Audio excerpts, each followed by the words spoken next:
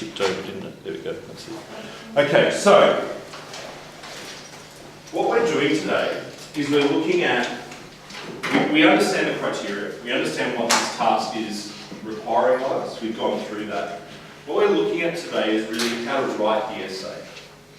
How do you start with the prompt that you're given? How do you structure your response? How do you include the things that you need to include? How do you have this fluid, cohesive sort of thing? So you've got in front of you a couple of prompts we're going to work with a little bit later. I've selected prompts that are only on the rejection, grief and suffering angle, because that's the one you're going to be doing in the practice. And they are last year's SAC and make-up SAC. Yeah, so there's other questions that I could have given you as well, but they're on other things and we haven't covered the content yet. So I expect this to be revision. Now, I'm not teaching you this for the first time. This is all stuff that you should have been sort of run through since really the basic premise of it since year 7. Every year, several times. I know that that's there. Yeah, it's whether you've retained it is the thing.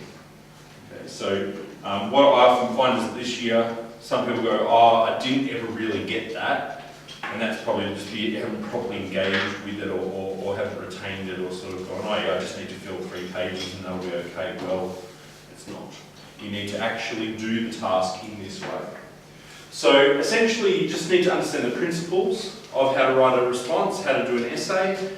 English is, I love teaching English essay writing because it has a way to do it, whereas teaching essay writing in literature, it's like, yeah, just discuss the text, whatever you want. And that's really hard to teach. But this is actually really easy. You can follow a formula. You can follow a very rigid set of steps and a rigid process and be okay. You can break some of those rules sometimes, once you get to the very top level, but largely, the vast majority of people can just follow these steps and produce something that makes sense, answers the questions that are implied, and does what the criteria demand of you. Most of this is generic for any essay, any text response essay. I'm not dealing too much with how to address the specific criteria that are different between, say, this essay on Cloudstreet and the essay at the end of the year on Brooklyn. That's why I did the workshop on criteria. Okay? What you explain, what you discuss, the topic sentences that you construct, the evidence that you choose, that's how you address those criteria. This is how to write an essay. So, we know that when we get an essay in English, a text response essay, you are going to get a prompt. Correct? You've got a couple in front of you. And really, this is a summary of what we're going to go through more slowly. When you get that prompt, the prompt is an interpretation or a statement, usually followed by an instruction. Quick thinks he's a poor old soul who's doomed for all eternity, in quotation marks, discuss. Or do you agree or disagree? To what extent is this true? Those sorts of either direct questions or instructions following a statement. Sometimes you get a quote from the text. I think the second one that you've got there has a quote from the text, and then a question about that quote or a statement about that quote with a question at the end. When you get the quote, it's no different to the other one, which is just an interpretation or a statement. It just means that we're probably expecting you to at least use that quote somewhere because we think that it captures the essence of the idea. Don't have to deal with it in your introduction, don't have to deal with it in your first paragraph. You should be dealing with it somewhere. Yeah? And just remember that example I gave the other day where we weren't 100% sure where that quote came from or who said it. You can still deal with it in that way. You can still deal with it without referring to who said it and where and when it was in the text. You just have to be a little bit trickier about that. Ideally, hopefully you know the text well enough to pick it out. And we usually pick, all those big ones like the ones on the posters over there. Okay. So we break down the prompt. We'll do some process on how you do that, and we'll work through a couple of examples today on that.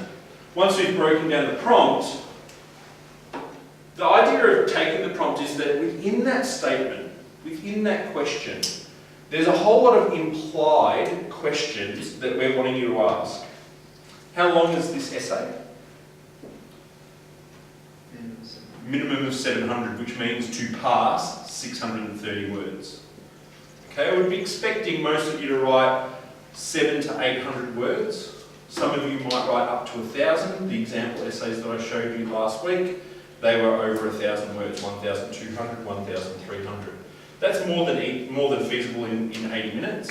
Certainly looking at the 600 to 800 mark in the exam at the end of the year when you've got an hour and practically 50 minutes because you do some planning as well.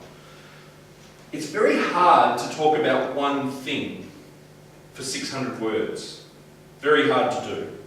Yeah, I would have trouble talking about, I know it's hard to believe, but I would probably run out of stuff to say eventually on talking about one idea for 600 words. So the prompt is there to sort of give you several things to talk about. But what you have to do is work out what we want those things to be, or what is possible for those things to be. So within the prompt, there is key words and key phrases and implied ideas. Sometimes they're not said, but they're sort of what isn't said. They're the opposite of what's said. Yeah, there's what's left out, that sort of stuff. The implied ideas that are in there, you've got to draw them out and work out what you want to say about them. So that's the second point. Identify and articulate your thesis statement, your response, your reading of the text, your contention, you might like to think of it as. But you're not necessarily, contention is about argument. You're not necessarily launching an argument in this essay. It's an analysis. It can be quite neutral. You can offer two different points of view. You can be exploring alternative interpretations, and to some extent you need to. So I'm not using the word contention. I'm using the word thesis statement. So your overarching response to that prompt, your overarching response to the text fed through that prompt. You don't have to agree with the prompt. We often write prompts that are meant to be challenged. The examiners said this last week, at the start of last week at their examiners meeting, and it says it in the examiners report too. They want students to feel free to challenge the prompts, to question the prompts, to say, no, that's not the way the text should be interpreted, this is the way the text should be interpreted. Okay, they're prompts, meaning that they're there to prompt you to think. Yeah? They're not questions to be answered, they imply questions. That's what I mean by find the grey areas. Very rarely do we want you to go, I 100% agree with this, or I 100% disagree with this. Remember that essay we looked at the other day? It was, is Fishland the most connected to the spiritual world, and is that a good thing? Well, he is the most connected, but it's not necessarily a good thing. Sitting somewhere in that grey area, not at the extreme black and white ends of answering that question. You need to decide 3 or 4 ideas that you're going to deal with in your essay that link towards that that overall thesis. Why 3 or 4 ideas? What do those ideas become? They become your paragraphs. Yeah? Whenever you write an English essay, who always writes 3 paragraphs without fail? Yeah. Who always tries to write 4? Is there anyone that tries to always write 5? It doesn't matter how many you write, minimum is 3. Yeah? Sometimes you might write 4, sometimes you might write 5. It might make sense to write 6 fairly short ones. Okay, but 3 to 6, probably a feasible amount for sort of 800 words. Yeah? 3 is going to get you more towards that sort of 700. 6 is going to get you possibly pushing 900, because it's unlikely to have a paragraph that's under about 150 words by the time you're doing all the stuff that we're going to be asking you to do.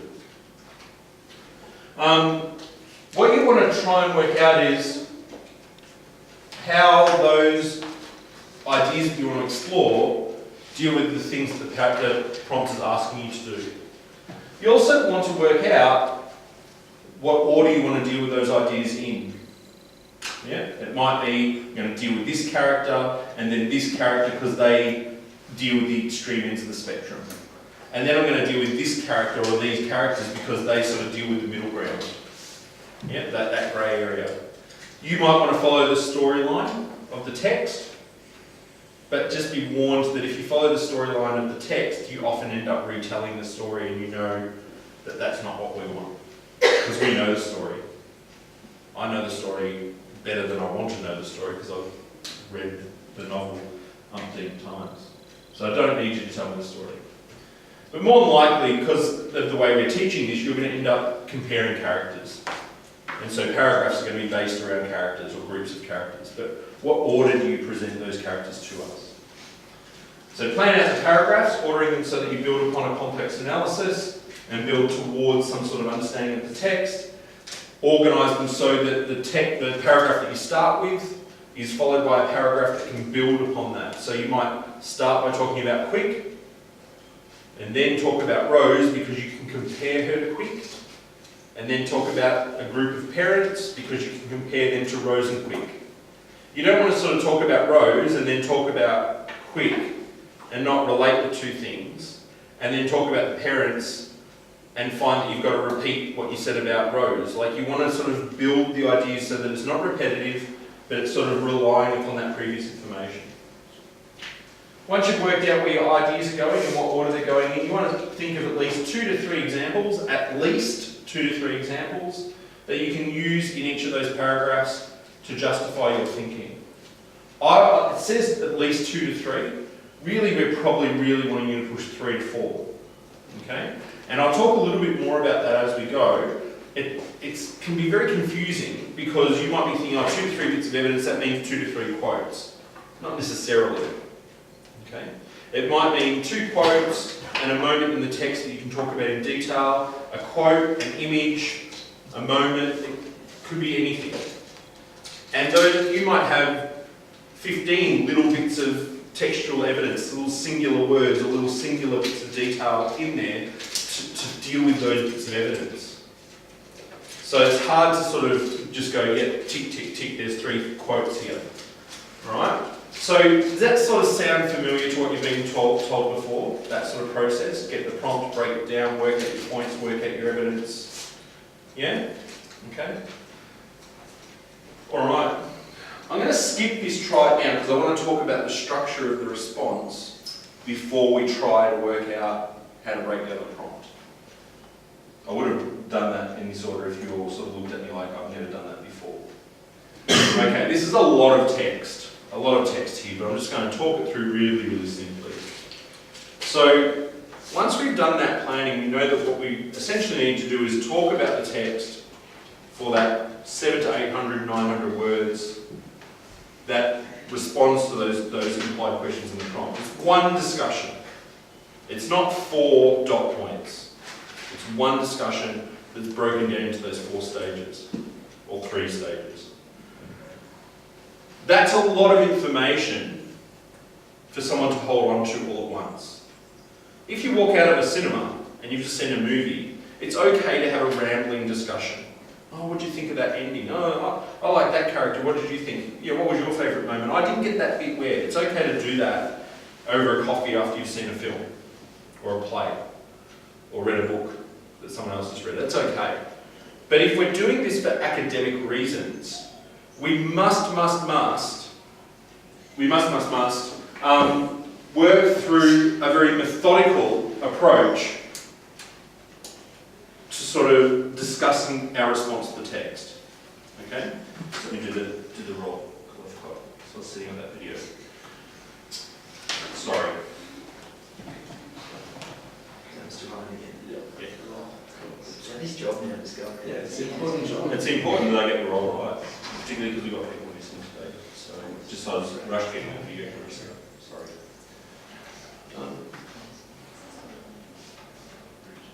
Back to there. So, what we need to think about in terms of how we hold this set of complex information together so that someone can read it and access it and understand what our response is, but also sort of understand how our response developed, is that we use this sort of structure of an English essay.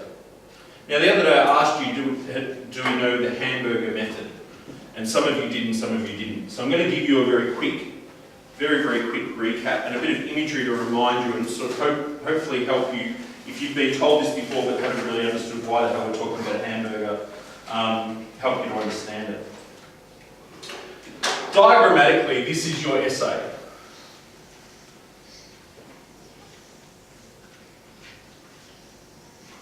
Okay, hamburger. Yeah, that's a pretty mega burger, isn't it? It's a pounder. Yeah, not a quarter pounder, it's a pounder. Because what we have, all of the stuff that's in the middle there is everything we know and everything we want to say. It's all about ideas and observations and interpretations and discussion. Okay, so this is the body of the essay. Where do you think the majority of your mark comes from? The body of the essay. If you went into a fish and chip shop or you went to Macca's, I don't like Macca's because I worked there for far too long, but if you went into one of these places and you ordered a burger and it had the bun and nothing else, would you be happy? Does anyone work at Macca's? There's always a couple of weirdos that come in and just order a toasted bun, isn't there? Yeah? That's weird. Yeah? Yeah? But that happens. But the majority of people, they want all the stuff in the middle. They want the meat and the cheese and the lettuce and the onion and the sauces and all that sort of stuff. Because that's where all the taste is. Yeah? That's where all the flavour and the goodness and the fat and the saltiness, and that's where all the good stuff is. That's what we're paying for. So what's the bun there for? It's to hold it together. Yeah? So the same idea is true here. What our intro and conclusion do is they allow us to hold on to this in a way that makes sense. They allow us to grab all of these complex ideas and observations in a way that we can digest and access without getting our fingers dirty. Does that make sense? So we've really got to pay attention to this. So an introduction is easy. A conclusion is easy. And you essentially follow a formula to write these. But you have to have planned out your essay to write your intro and conclusion. You have to have done a plan first. Because the introduction has to achieve these three purposes. It has to include the title of the novel, okay? Or the text. Title and author. Okay, so in terms of the title and author, if you want to make notes about any of this, there's a simpler version than what's in the handout there, use the back of that sheet that I've given you. Or in your notebook, I don't mind where. The title must be underlined. I've said this to you already with regard to this text, but the title of the text is Cloudstreet, but there's the name of the house, or there's the location of the house as well, and so you need to underline the title in this instance to differentiate it from those other times you might use the word Cloudstreet. Have a look at the front cover of the novel, and you'll see that Cloudstreet here has a lowercase c. Okay? Because Winton doesn't like grammar. I like grammar. It's the title, which means it's a proper noun, which means you must capitalise it. Okay? Standard convention would be if it was 3 or 4 words, it would depend on what the author did to the title, whether you would capitalise each word. But you have to capitalise the first letter of the first word at least. So underline Cloudstreet and capital C. Okay? With the author, what's the rule around the reference to the author? Full name. Full name first, and that's going to appear early in the introduction, and thereafter, last name only. Not first name only.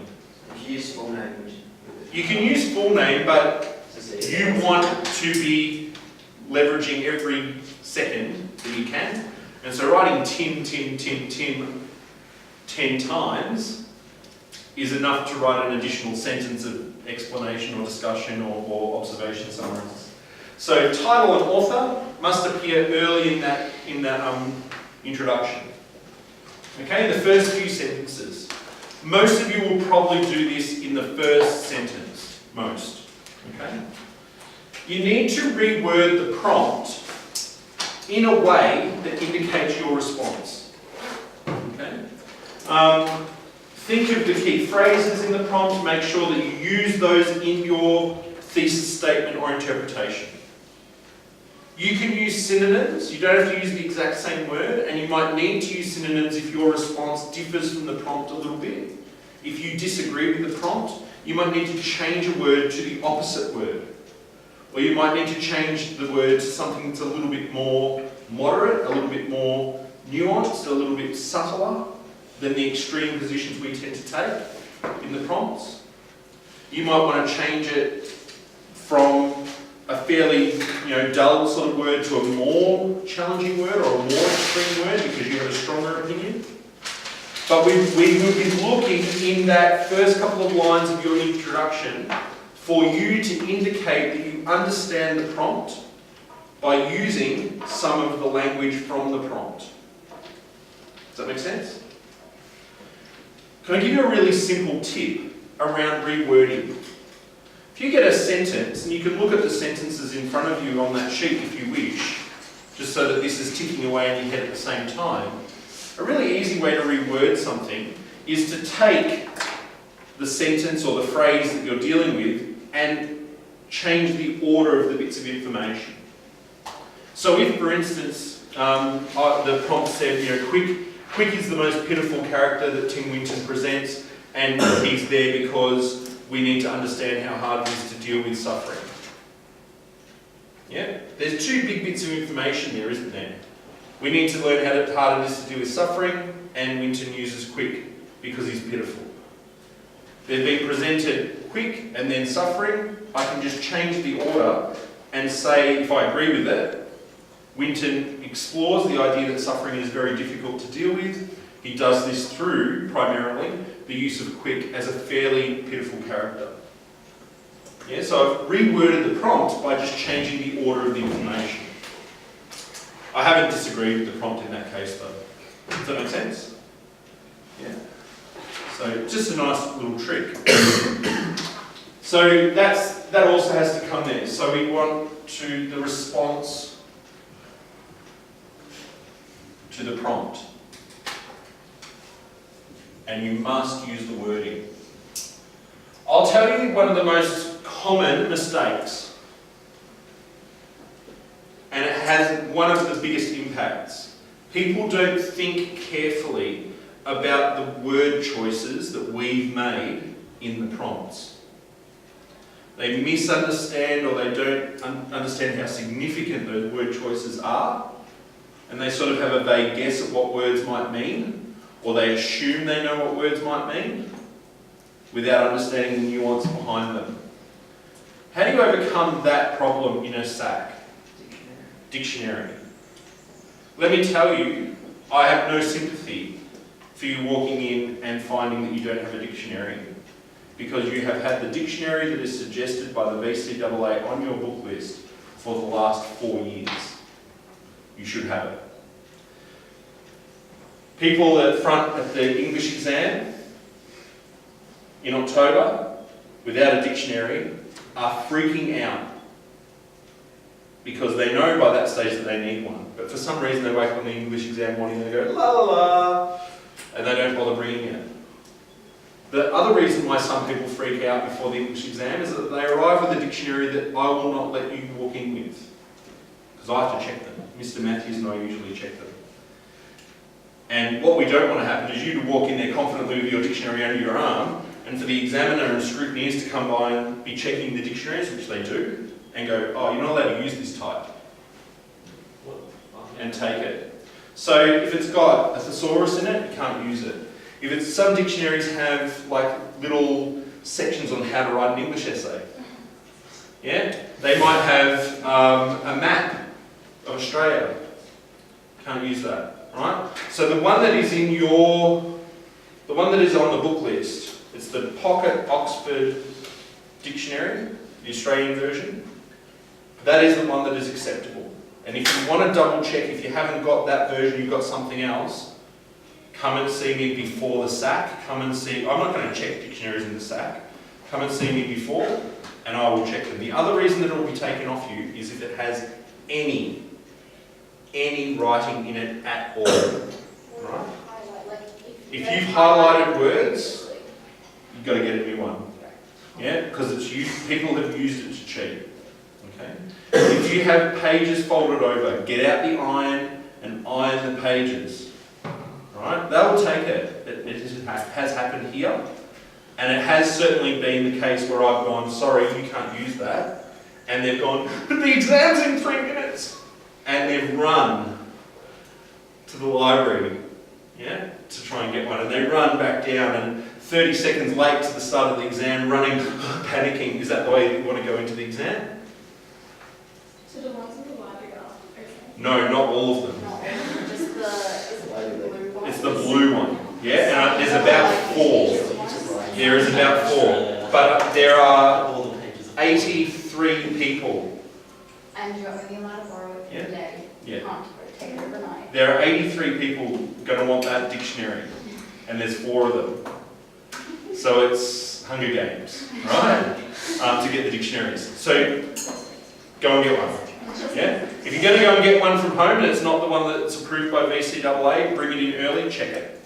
Go through every page, make sure there's not stuff written. Because this is what I do. Pretend this is a dictionary. When Mr. Matthews and I check them, we go like that. Yeah? Just like that speed.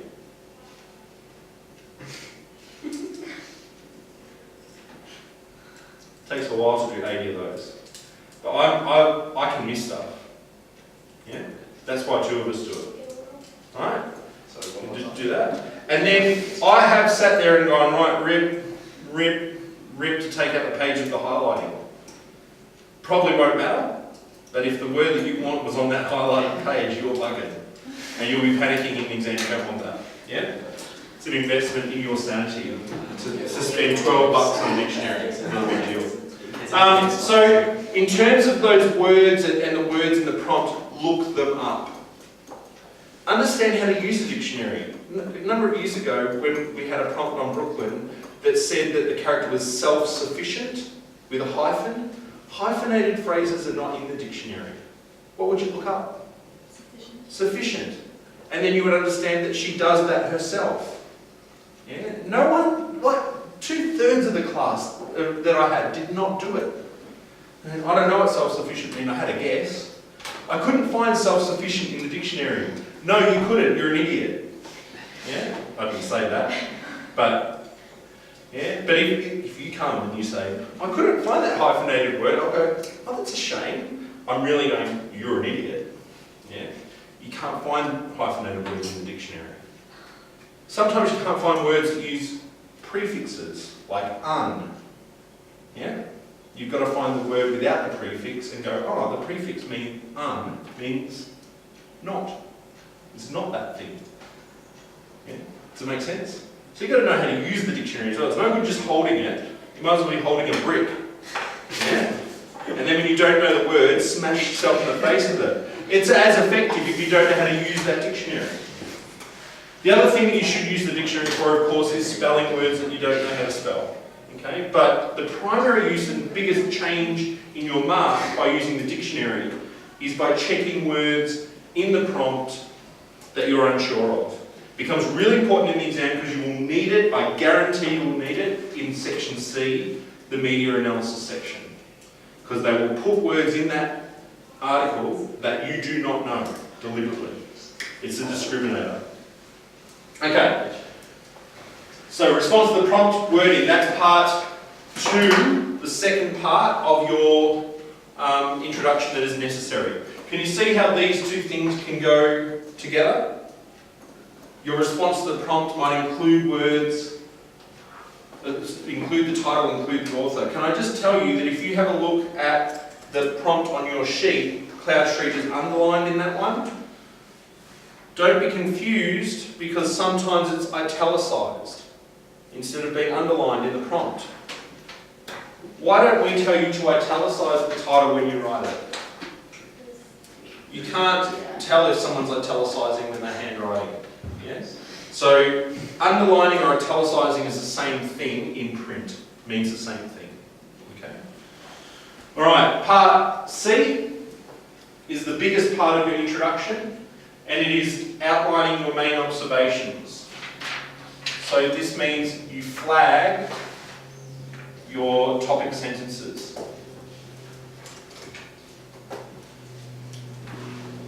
What do I mean by that? This is why you have to have planned your response before you do your intro. What do I mean by flag your topic sentences? Yeah. Essentially you're saying, writing about this text, my overall response to the text is this, and to explore that I'm going to talk about A, B, C, D, E, whatever. Yeah? In that explanation to you just then, I said, I'm going to talk about this text, I think this about this text, and first I'm going to talk about this, then this, then this. Do I ever refer to myself in an English essay? Never. The exception is the written explanation on your creative pieces, that's it.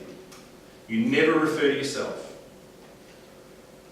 Yeah? No, my essay is about, no, I think, you just delete those phrases. Yeah? Just start after that, because it always just makes sense anyway. The other thing you don't do is explicitly refer to the task. So you don't say, the essay will begin by discussing. The essay will then discuss. You don't refer to the task. Okay, it's just a discussion of 6 paragraphs, intro, 4 body paragraphs and conclusion. And that structure tells the assessor what you're doing. Flagging your topic sentences, if you've got 3 main paragraphs, you don't have to have 3 separate sentences. If my first paragraph is going to be about Quick, my second paragraph is going to be about Rose, then I'm going to have a paragraph on Oriel and Lester, and then a paragraph on Dolly and Sam. I don't have to have a sentence on Rose, a sentence on Quick, a sentence on, I don't have to have those 4 sentences separately.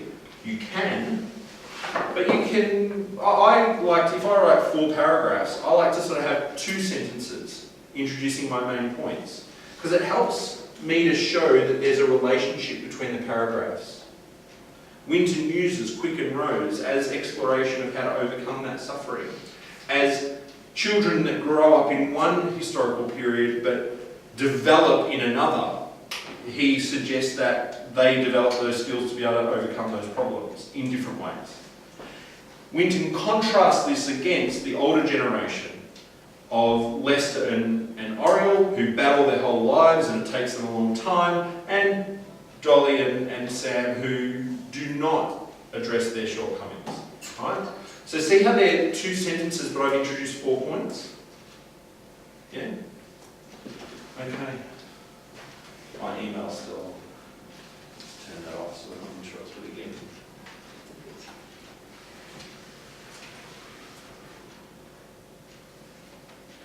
Okay, so introduction, pretty straightforward, right? Come on. Okay. Introduction, pretty straightforward. It means you have to have those 3 things. It just suggests what you're going to talk about. Gives me something to hold on to. Lots of students say that it helps them to clarify what their essay is about as well. Okay, it's like the rudder that steers their ship for the next hour. What do you reckon the conclusion is?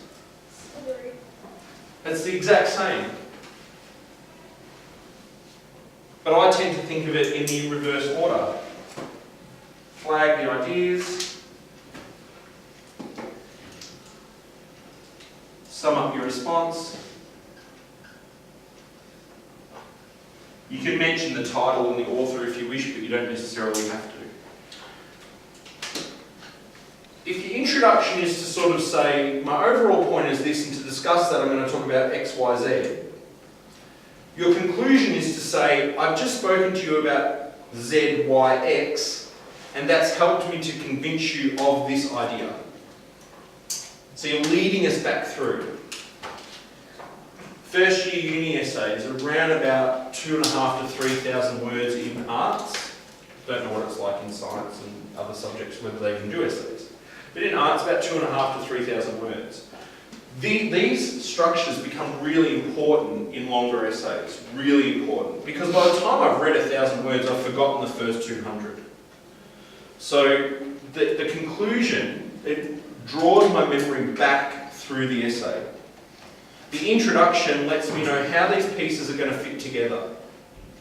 So I've got some tools at my disposal to help me sort of hold all the pieces in place. That's the bum. Does that all make sense? Okay. These are formulas. You can use it like a formula. Just plug the information in.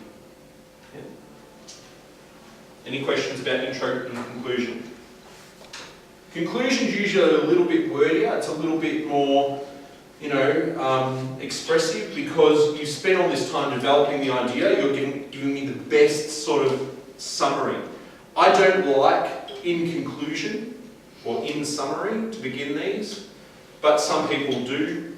That sometimes helps students to know that that's what they're doing and signal that that's what they're doing. I'm not going to mark you down for it. I'll probably write this isn't needed, yeah, just because it's usually not needed. But if you feel like it helps you to understand what you're doing, not a problem. But it's sort of like it's that referring explicitly to the task thing. Yeah, you're breaking the fourth wall. It's great in dental, but not in an essay, right? So I've got something to hold on to now. I can chow down on those ideas. That's fantastic. So I want to take a great big bite and I want to get everything in there. A flavour explosion, an idea explosion, an evidence explosion. I don't want air in the middle of the bun. Yeah. So we've got to focus. Look at how much writing I've given you on introductions and essentially on conclusions as well. Look at how much I've given you on evidence. It doesn't even fit on the thing. Body paragraphs are where the marks are. So body paragraphs. I don't care whether you have 3, 4 or 5. I don't care. It depends on how many ideas you want to deal with. It depends on how much you can write in the time. It depends on how much detail you're going to go into in each paragraph. It's just there's too many variables to give you a set of rules. You have to have at least 3. I don't think you'd be able to manage more than 6. And the 6 would be fairly short ones. Okay? But we're going to use a process called TEAL. Can anyone remember TEAL? Topic, sentence, explanation, evidence. Yep, that's because it's written there. Yeah. Some teachers will reverse the explanation and evidence. It doesn't matter. They might say evidence, elaboration. It doesn't matter. It means the same thing, right? Essentially, a paragraph has to have a structure that you can understand as well. It allows you to digest the information nice and easily. When my wife makes a hamburger at home, she makes it in the wrong order. She puts the meat on the bottom bun. Then she puts the lettuce, then the tomato, and then the cheese. Is it her first day of the job? Yeah, it's like, come on! Why would you put the meat on the bottom bun? It's going to, all the oil and juices of the meat are going to soak into, that's just not the sensible way to do it. Why wouldn't you put the cheese on top of the meat? Because then it melts.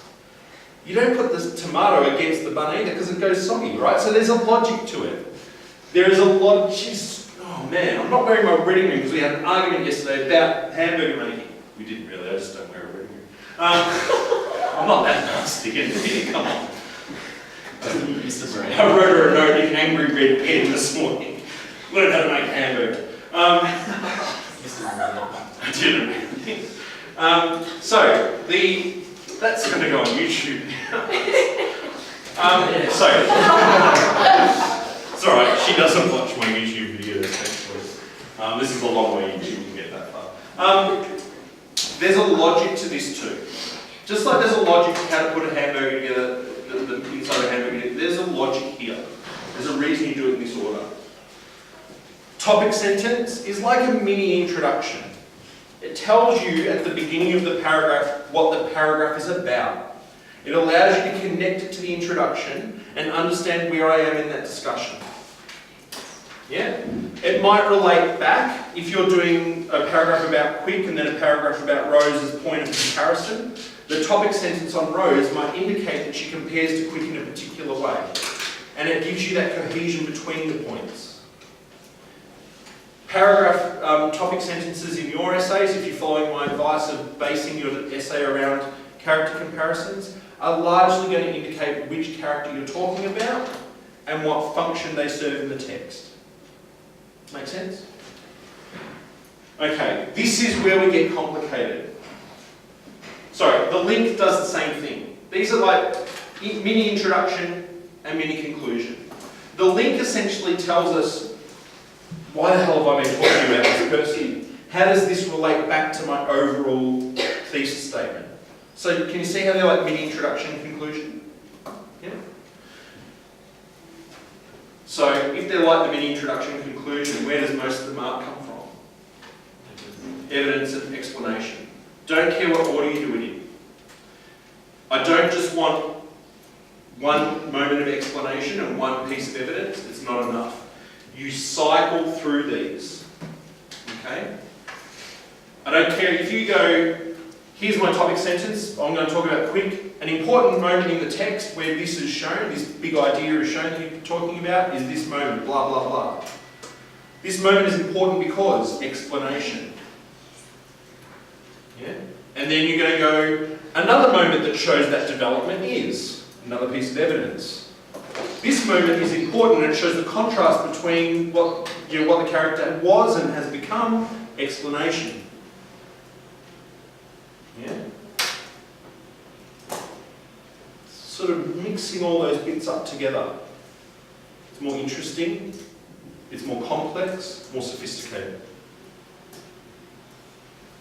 Does that make sense? So think about your teal as being trying to do this 3 times. It's teal, yeah? I'll give you a different way of thinking about it. I'm bringing sexy back. So, sexy paragraphs. I reckon this is easier to remember. I did not come up with it. A student came up with it because they couldn't remember it. Sexy paragraphs. The subject of the paragraph is the S, topic sentence. The why is answering the question, why does this matter? Okay, it's linking it to the overall discussion, the overall thesis statement. What do you reckon the E and the X are?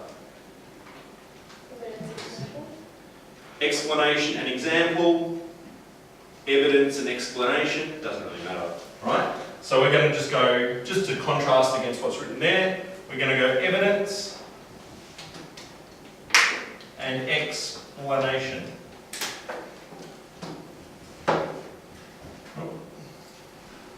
Yeah, sexy paragraphs. Alright, here's the reason you're going to remember this more easily. I nearly fell off my chair when the student was explaining this to me. Horrified. That's sexy. Yeah. But it's a bit boring if you only have one E and X. A bit boring, a bit mundane.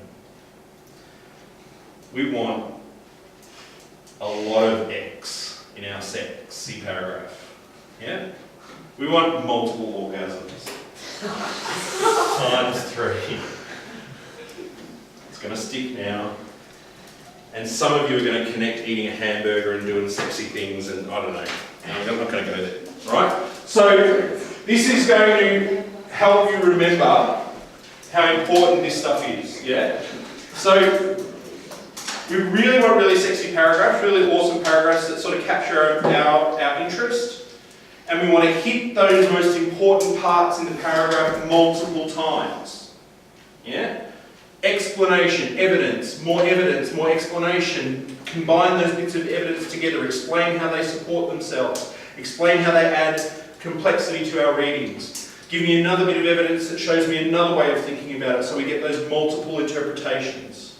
Explain how those come about. We want multiple pieces of evidence and explanation for all of them.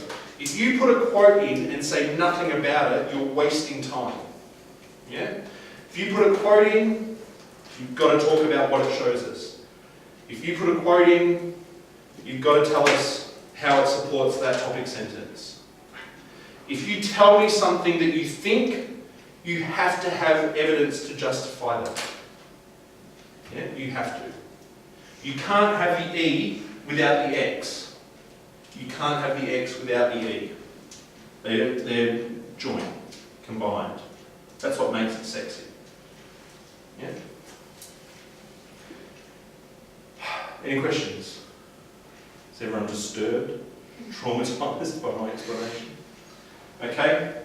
So at the bottom of that page is the reminder of conclusions. Okay? Reminder of the main points raised. Perhaps mention the author and title. You don't have to though. And again, rephrasing of the central idea without the prompt. Okay?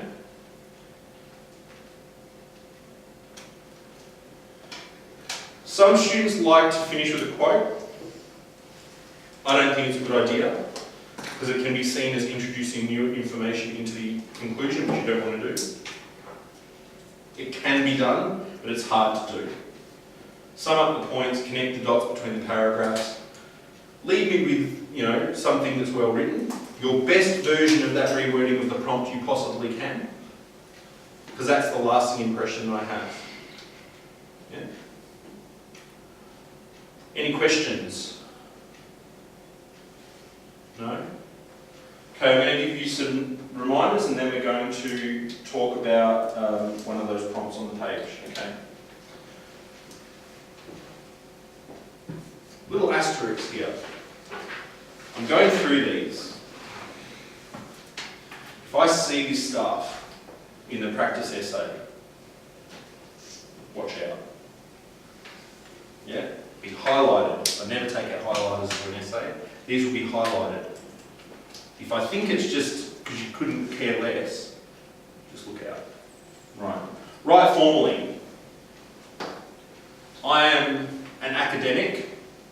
You have to treat me as such. I know I'm talking about orgasms and hamburgers and whatever else in class today. But when you're doing an assessment, you treat this as a formal text. Okay? You're writing in a formal way. Don't refer to yourself. Don't refer explicitly to the task. Don't use slang. Don't use contractions, all that sort of stuff. This is a formal text. The only time in this essay you would use slang is if you were quoting Winton. Yeah? Because he uses it quite deliberately as a device. Plan out those topic sentences. In an 80-minute stack, you should take 10 minutes to plan. Break down the prompt, which we'll do in a minute. Plan out your topic sentences. Perhaps start thinking about the evidence you're going to use. 10 minutes passes, you've got a good plan. You start writing for 70 minutes. It means that you will write more effectively, your essay will make sense, you'll have time to go over checklists of, am I doing X, Y, Z that I need to do? And your result will be better. If you plan only for 5 minutes, doesn't matter how well you write, you've probably missed something. Yeah? 10 minutes. Watch the clocks in the rooms, make sure that you spend that 10 minutes. The more detailed that planning is in that 10 minutes, the better you'll do, trust me. You've got to feel that panic to start writing, particularly if you're worried about word count. You will write quicker once you've got your ideas laid out. You'll write more once you've got your ideas laid out. The text response essay has to show that you know the text. Who feels confident they know the text?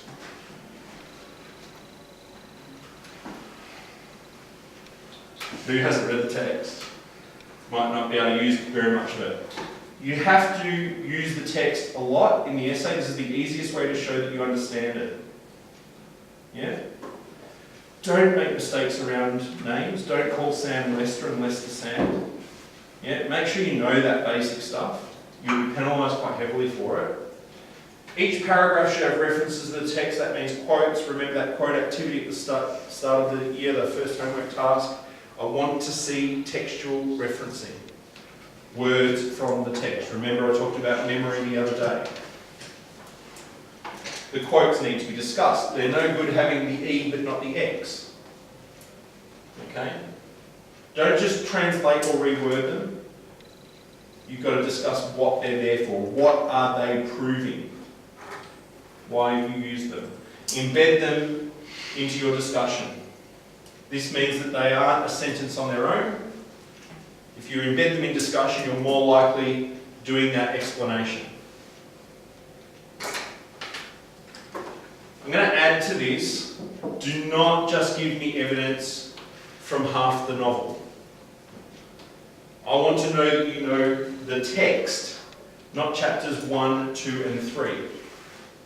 I want to know that you've read the entire thing, that you can use evidence from across the storyline. I don't want 2 long paragraphs on just 2 characters. I want to see that you know a range of characters. Okay? This is what use the text is all about.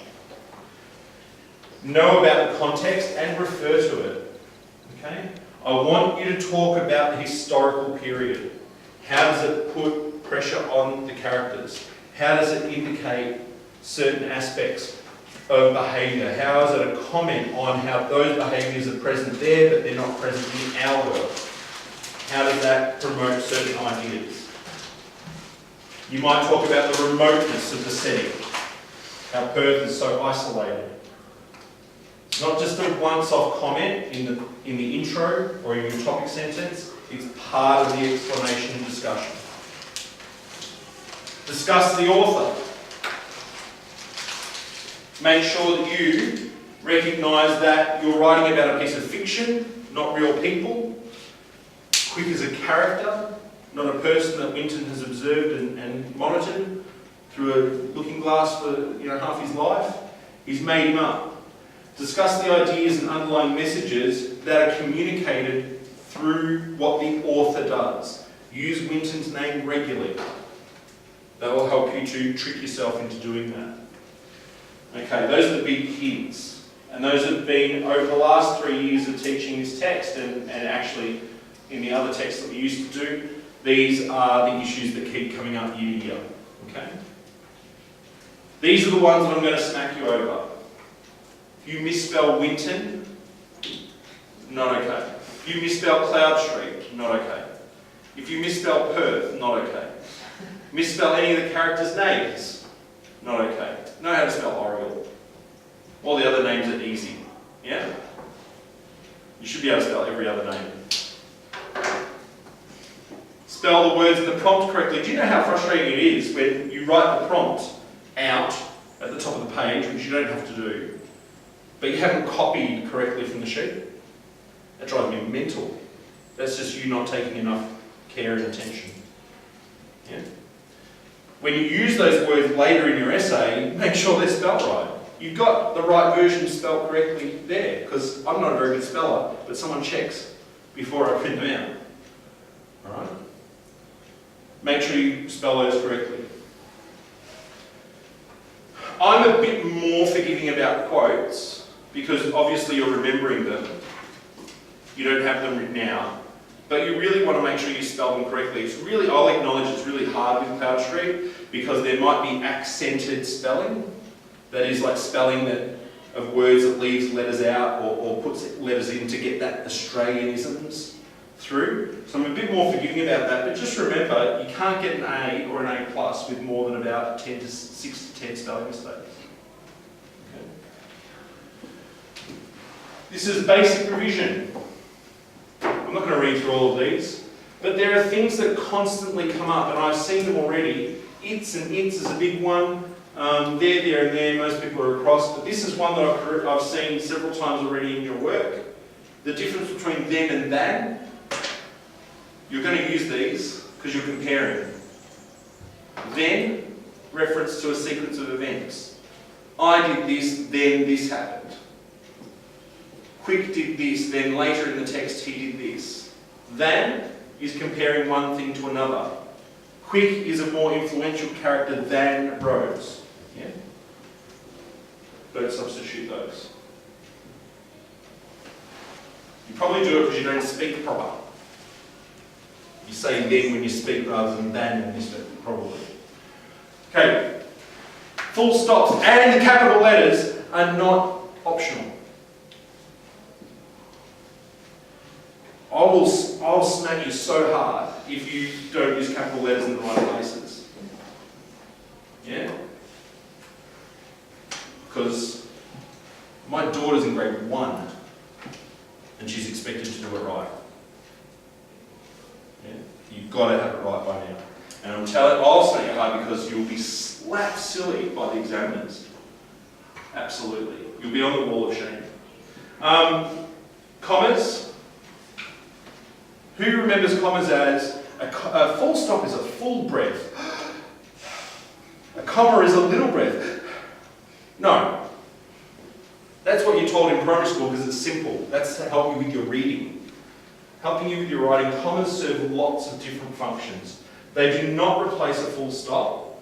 If you have two sentences that make sense on their own, full stop. You will use commas most commonly to embed a phrase inside another sentence, like I have done here. A lot of you would like to use brackets around that phrase most commonly. The commas replace the brackets. Yeah? That's the most common use. Rose, who is initially in love with fish, eventually marries Quick. If you say it out loud, what you'll notice is the bit between the commas is where I change the tone of my voice. Rose, who is initially in love with fish, eventually marries Quick. So you hear that tone change? Yeah? That's me audibly putting brackets around those things. Commas when inserting quotes. Go back to the quotes activity to look at that. Apostrophes.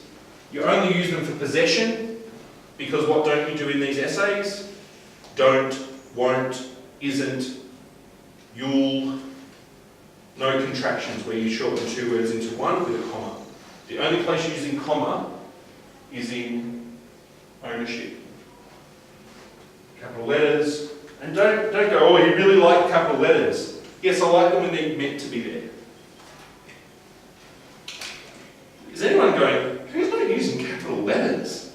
Who's putting capital letters in the middle of words? It happens. It happens. Mr. Young will smack. Just to be clear, because I am on film, I'm actually not going to touch you in any way. It'll be a verbal smack. That's just as bad. Colloquial language. Backs up is the most important one. It's the most common one. This backs up the idea that, no, it doesn't backs up. Backs up is informal, it's slang, it supports, it reinforces. In creative writing, it's fine to start sentences with and, but, because. But in a formal piece of writing, you can't do it. Yeah, you must start with, other ways of starting the sentence. You'll see in the text, Tim Winton does it. You'll see in some academic pieces that people do it too. Ignore that. You're not meant to do it. Okay? In formal school writing, you don't do that. Some people shorthand in a number of different ways. They write the number 2 instead of, the word T-O. Obviously, no text speak, please. But the other thing is that they use numerals when they should be using letters. There are how many children in the Lamb family? 5? Yeah? You write F-I-V-E. Simple numbers, that is, numbers below 20, and large round numbers, you spell out in letters. Very specific numbers, like if you're writing an essay and you're quoting some statistics and you're saying, 1,472 people attended the protest, you would write that in numerals. The other exception is dates. Okay? But any other time that you would see numbers, under 20 or large round numbers, you spell it out. That's formal language. What about, so I use the and symbol. The ampersand? Yeah. I do that. The English, I don't actually really care. I'm not going to pick you up on it. Yeah? Some people do that one. Yeah? I can't do it. But you that one? Yeah. No, but you know the variations on that. And you'll see me do the little plus sign in your annotations as a replacement of and. I don't care in the sacs, but the examiners do care. Yeah? And so you're best to try and get out of the habit of it. I have tried for years to alleviate myself of the plus instead of the and. And my lord, it's hard. It's hard for me because I've been doing it for 20 plus years. If you've gotten the hang of doing the little and symbol, and you've only been doing it for... I really do, like when I'm listing. Yeah. It's fine in notes, it's fine in formal writing, but in this formal stuff you need to write it out. Okay? I don't care, but the examiners will do. And you're writing a lot this year, so if you continue to do it, you'll embed the habit. Okay, are there any questions about those things? Yeah? It's that second page, drive me mental, man. Absolutely mental. It's about concentration. Okie doke. So, we've got 10 minutes. That's good. That's how long this should take. Let's do last year's makeup prompt. Second one.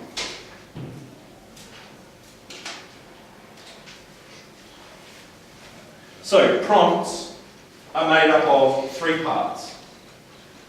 Or 2, this one's made up of 3. They're always made up of at least 2. Statement, instruction. Make sure you know what the instruction is asking you to do. Do you agree? This is asking you what? Yep, it's asking you actually to what extent. Do you agree? Do you agree wholeheartedly, partially? Do you disagree? Disagree a little bit? Clarify? It's asking you all of those things. It's asking you as well, why? Why do you take that position? Okay? It's implied. So when I look at this, I look at the instruction first. I then look at the statement. Tim Winton shows that suffering is inescapable in life and must be faced. Do I agree? Yeah, I pretty much agree with that. Yeah? And then I look at the quote. Because then, once I know my overall response, I can understand what to do with the quote or how to respond. We make good Leicester, we make war on the bad and don't surrender. Oh, that's Oriole. Yeah? That's Oriole talking to Leicester after they feel like they've been hammered by life. She's someone who sees suffering as inescapable, and she definitely confronts it. But perhaps she's not confronting it in the right way. Perhaps she's too stubborn about it. She wants to do it all herself rather than asking for help. Or acknowledging that a group of people can attack the problem rather than individuals. So I've already started to think about how I might use that quote. Okay, I can't write on this, but I'm going to just do it by talking, and you can take some notes. You want to underline main words or key phrases. Okay? So Tim Winton, not that important, we just know that's the author, shows that suffering is inescapable. There's a key phrase there. Suffering is inescapable.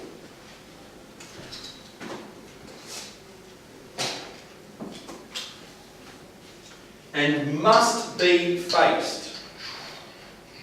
Underline the must be faced. Those are the 2 ideas. Can't get away from suffering, it's going to happen somewhere in your life. Must be faced, you've got to deal with it. Okay, there's 2 ideas there. There's a paragraph on one and a paragraph on the other. Are we done? No. Okay, not enough. So there's got to be quite a bit of implied questions there. Must be faced. What's not being said? Let me ask you this question. Does Rose face her suffering? Yes, she does. She goes anorexic to have a go back at her mum. She faces her suffering. She stands at her mum and she gives her a smile when her mum goes, "You're all skin and bones, they're not going to think we feed you." And she gives her that smile like, yeah, good. That's facing your suffering, isn't it? Is it facing it in the right way? Winton doesn't think so. So it's not just that it must be faced, it's how you face it. So see the implication? You go, yeah, they all face their suffering. Dolly accepts it. Life sucks, I can't do anything about it. That's facing your suffering. It's acknowledging it. Because facing doesn't mean fighting. It just means, yeah, that's all. Can you look that up in the dictionary and get that meaning? If you look up faced in the dictionary, what do you get? What do you think you get? You might get confront. You might get to stand opposite. You might not get the exact definition that we're using. Accept. Yep, accept. So yeah, face, accept. So everyone accepts their suffering, pretty much in the novel. But we're talking about perhaps what they do as a result of that acceptance. Suffering is inescapable. What does that mean? What does inescapable mean? Would you look that up? Cannot escape. What does escape mean? Be free from. Be free from. So life can't exist free from suffering. But are there things that you can do that diminish the suffering? That remove the chance of further suffering? Are there things that you can do that mean that you're less likely to suffer? Are there any characters who take an active role to try and avoid further suffering?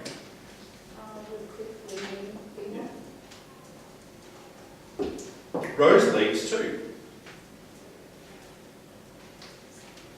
Dolly accepts her suffering, but she believes that it's just going to happen because life sucks. She keeps looking at those train tracks. Yeah? She keeps blaming other people for all of her problems. Okay, so by trying to work out what's behind or below the level of these words and these phrases, we can start to see that there's some argy-bargy, there's some wiggle room within this point. So I want you to try and make some dot points under there of ideas that you want to explore. What are some ideas? This is teasing out your response, not planning your paragraphs. I want to make that clear. You're teasing out what your response is, not planning your paragraphs. We're not up to that yet. What sort of things do you want to talk about?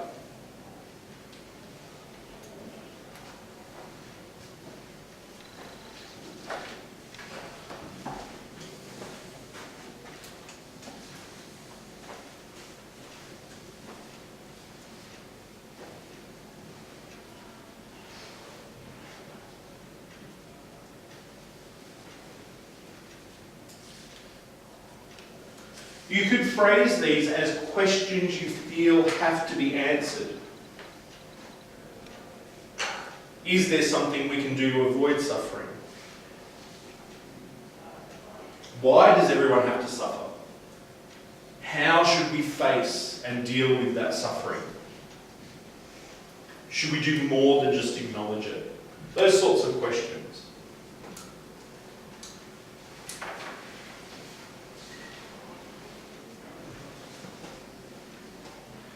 I'm just pushing you because we're going to run out of time otherwise.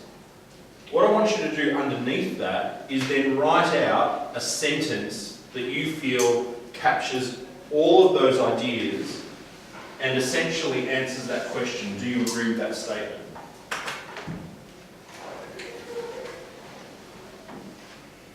Cloudstreet does suggest that suffering will happen, but Winton wants us, the reader, to understand that we can do more than just deal with that suffering and acknowledge it. We can actually try and avoid more suffering from occurring or from making that suffering worse, and thus confront and try and redeem ourselves from pain and hardship. Does that make sense to people, what I've done there? So I can't say that verbatim again. That was off the top of my head. Tim Winton uses Cloudstreet to suggest that hardship will occur in life and that we need to do more than just acknowledge it. We need to confront it and attempt to overcome it while also limiting the potential for additional pain to occur. I've said the same thing, but just different words. That becomes the first sentence of my introduction, possibly. It's a first draft sort of thing. But once you've got that statement, you should work out what your paragraphs are going to be about. Now, it's easy in this essay because your paragraphs are probably going to be, well, who's a character that does, who's a character that doesn't, who's a character that we should like, who's a character that we shouldn't like for these reasons, who promotes, who challenges those ideas.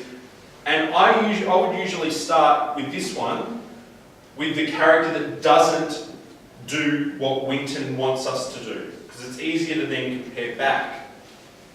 Yeah, so I would start with who? Dolly. Yeah, Dolly's the most obvious choice for this one. Yeah, to start with. Who would I move to next?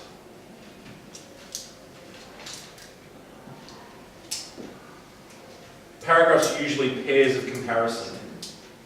Sam essentially does the same thing as Dolly, so a more complex paragraph could be Dolly and Sam, but I'm going to probably just focus on Dolly, I think. So I want to compare someone to Dolly. Yeah, I might then move to Oriel. And then I've dealt with that older generation. So where do I want to go in my essay after that? I want to cover a range of character types.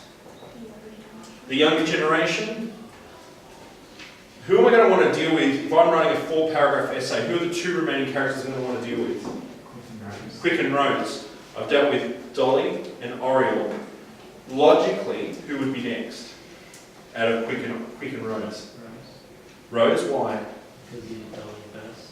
I did Dolly first, did Oriel as a comparison, and to some extent Rose is, by the end of the text, Rose is a bit of a combination of both. You know, there's that moment where she talks about sort of hating the fact that she really admired Oriel because she is so annoying, but she can see herself becoming her. And that would be really useful. Yeah? And then, why do I have to deal with Quick in a sense? If I stopped at 3rd paragraph with Rose, what haven't I dealt with? Done Dolly, Oriel and Rose. Man. I haven't dealt with any male characters. So Quick gives me the male characters. And my topic sentence would acknowledge that. I would say, not only do the female characters confront suffering, but so do the male characters. Quick. Okay? Well done today. That was a lot. On Monday, you have that practice task. You need to be here on time. You're always pretty good at that. You need to be here on time and you need to come in, you need to spread out, have a table to yourself in a sense, and be ready to do practice sack. It will be set up like we'll run, okay? But you need to be ready to do that. I want you to treat it like it's a sack. I know you don't know everything you're going to know in the end, and I know that you're going to practice these skills a bit more before then, but I want you to take it really seriously, and can I tell you that that is of vital importance. More so than probably any of the homework that I've set. Really important that you go, this is the sack, this is the sack, this is the sack, and go as hard as you can. Because you need to know if you're going to have problems hitting the word limit. You need to know if you're going to have problems memorising evidence. You need to know these things now so that you've got 2 weeks to address them. Okay? So doing nice work. If you can, that's great, because you're not going to have the novel with you in the sack. Yeah? No. That's why you've got to memorise quotes. Alright, thanks everyone. If anyone wants to hang around, I'm making today our tutorial day.